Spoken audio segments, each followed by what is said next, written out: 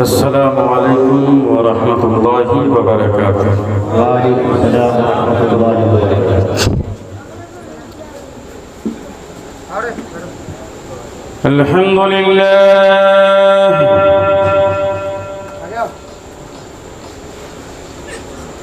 الحمد للہ نحمده ونصلي على رسوله الكريم۔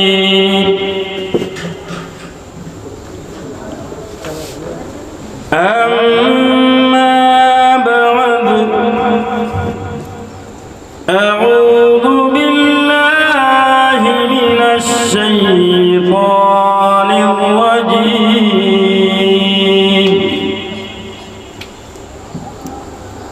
بسم الله الرحمن الرحيم۔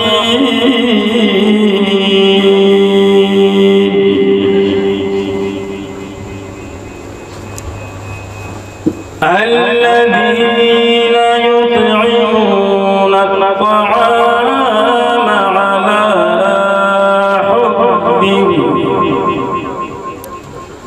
صدق الله العظيم وصدق رسوله النبي الأمين المتين الكريم،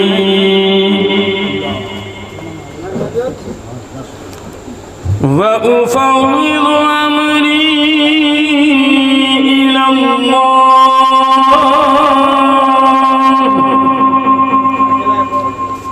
إن الله بصير بالعباد،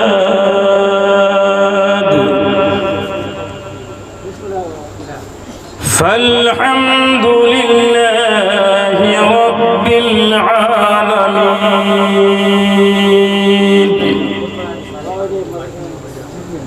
صدر بابا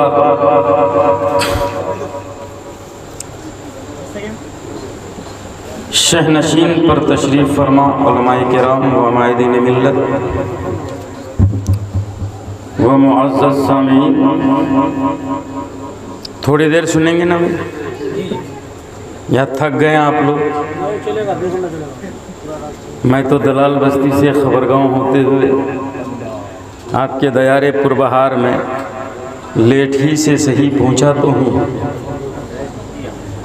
درود پاک پڑھی، اللہم صلی علی سیدنا و مولانا محمد سیدنا و مولانا محمد بارک وسلم، صلاۃ و سلام علیک یا حبیبی یا رسول اللہ، صلی اللہ علیہ وسلم۔ مجدد مئت حاضرہ، کنز الکرامت، عظیم المرتبت، اعلیٰ حضرت امام احمد رضا خان فاضل برلوی علیہ الرحمت والرضوان ارشاد فرماتے ہیں، شہید اعظم امام حسین کے گھرانے کے بارے میں، یا رسول اللہ تیری نسل پاک میں ہے بچہ بچہ نور کا،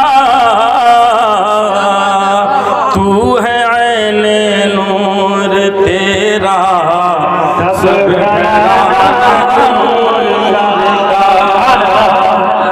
امام احمد رضا خان فاضل برلوی نے فرمایا، اے حسین آپ نور ہیں کیونکہ آل رسول ہیں، اے حسن آپ نور ہیں کیونکہ آل رسول ہیں، باپ جیسا ہوتا ہے بیٹا ویسا ہوتا ہے، باپ جیسا ہوتا ہے اولاد ویسی ہوتی ہے، اصل جیسی ہوتی ہے نسل بھی ویسی ہوتی ہے، اگر اصل ٹھیک ٹھاک ہو تو نسل بھی ٹھیک ٹھاک ہوتی ہے، ہوتی ہے نا بھائی؟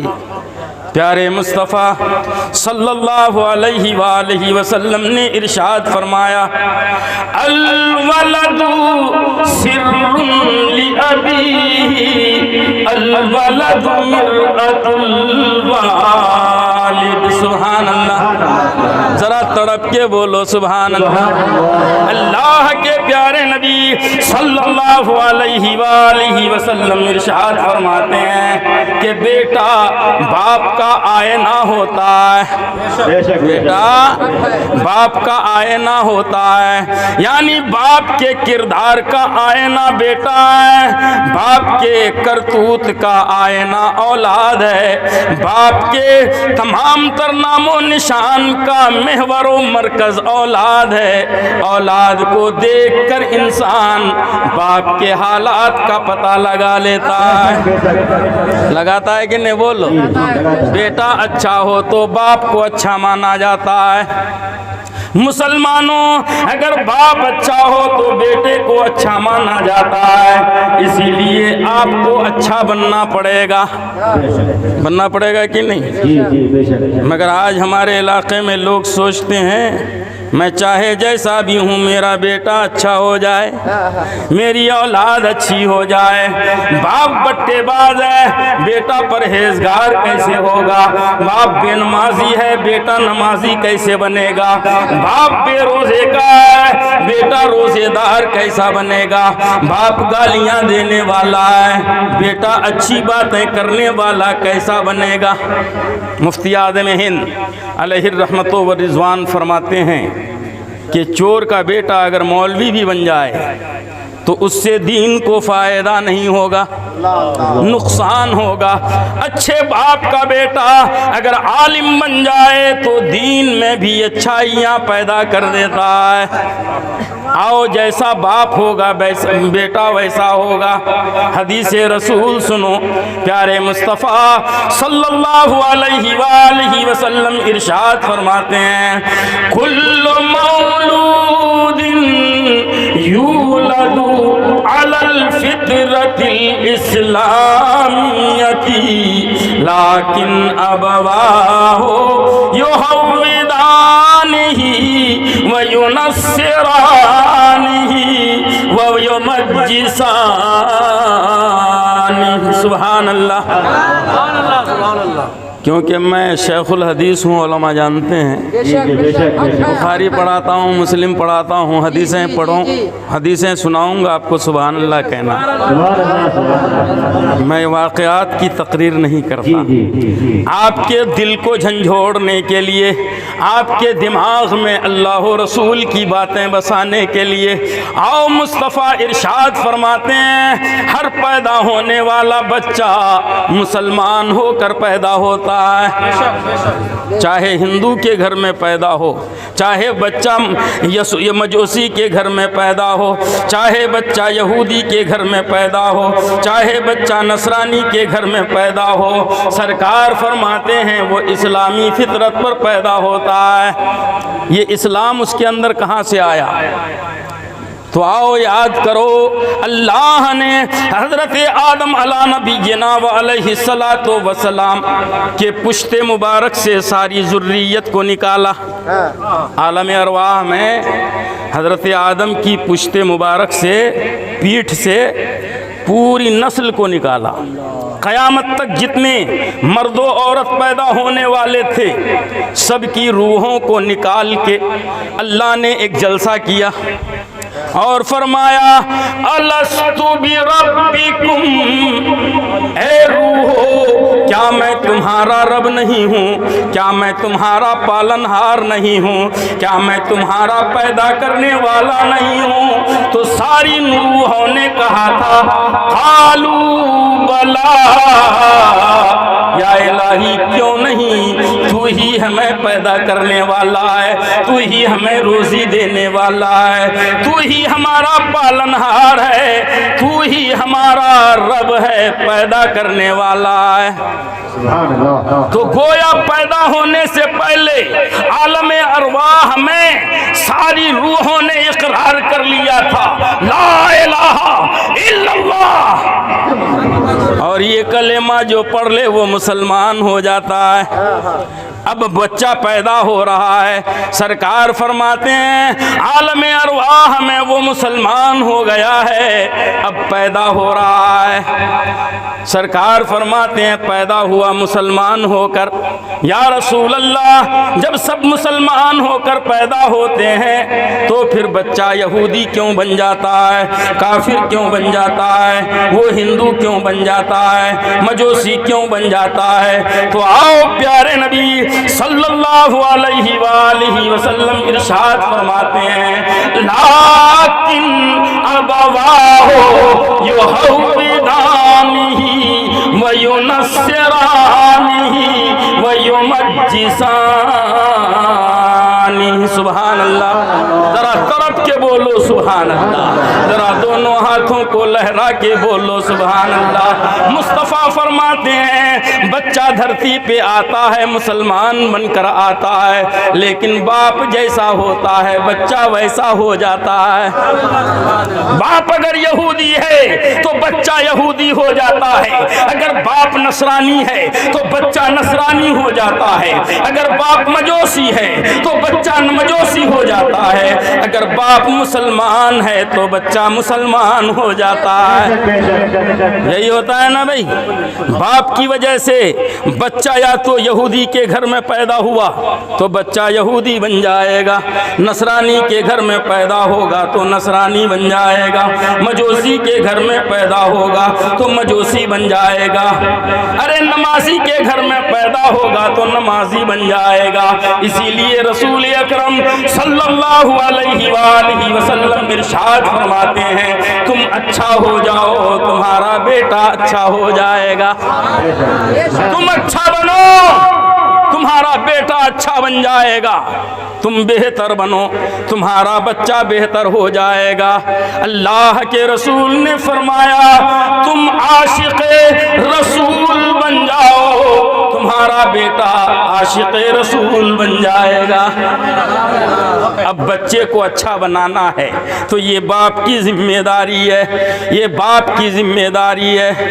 ہمارے یہاں کے لوگ اپنی اولاد کو سنوارنا نہیں چاہتے کیونکہ خود سنورتے نہیں، خود سدھرتے نہیں، بے حیائیوں میں مبتلا ہیں، ہمارے نوجوان بری باتوں میں مبتلا ہیں، دنیاوی حالات کے شکار ہو گئے ہیں۔ وہ یہ سوچتے ہیں ہمیں مرنا نہیں ہے، زندہ ہی زندہ رہنا ہے، جیتے ہی رہنا ہے۔ مسلمانوں، اللہ تبارک و تعالیٰ نے یہ ارشاد فرمایا قل متاع الدنیا قلیل، اے پیارے تو کیوں دنیا سے لو لگاتا ہے، کیوں دنیا سے محبت کرتا ہے؟ اے پیارے دنیا تیرے دل میں کیوں گھس جاتی ہے؟ دنیا کا برتنا تھوڑا ہے، 50 سال زندہ رہے گا، 100 سال زندہ رہے گا، ایک دن مر جانا ہے، مرنے کے بعد کیا کرے گا؟ مسلمانوں مگر ہم اپنے گھر کی خبر لے ویں، جب سمجھاتے ہیں مرنے کے بعد کیا ہوگا تو ہمارے یہاں کے لوگ کہتے ہیں دیکھا جائے گا۔ کیا کہتے ہیں؟ کمرور بات کیے دیکھیے دیکھی ہوئے آلہ جی کرنا چاہے کورا نہ چاہے، ایسا لگتا ہے یہیں پر رہ جانا ہے۔ ارے مرنے کے بعد کیا ہونے والا ہے؟ آؤ اللہ فرماتا ہے ان بطش ربک لشدید۔ سبحان اللہ، اپنے رب کی پکڑ سے ڈرو، اپنے رب کے گرفت سے ڈرو۔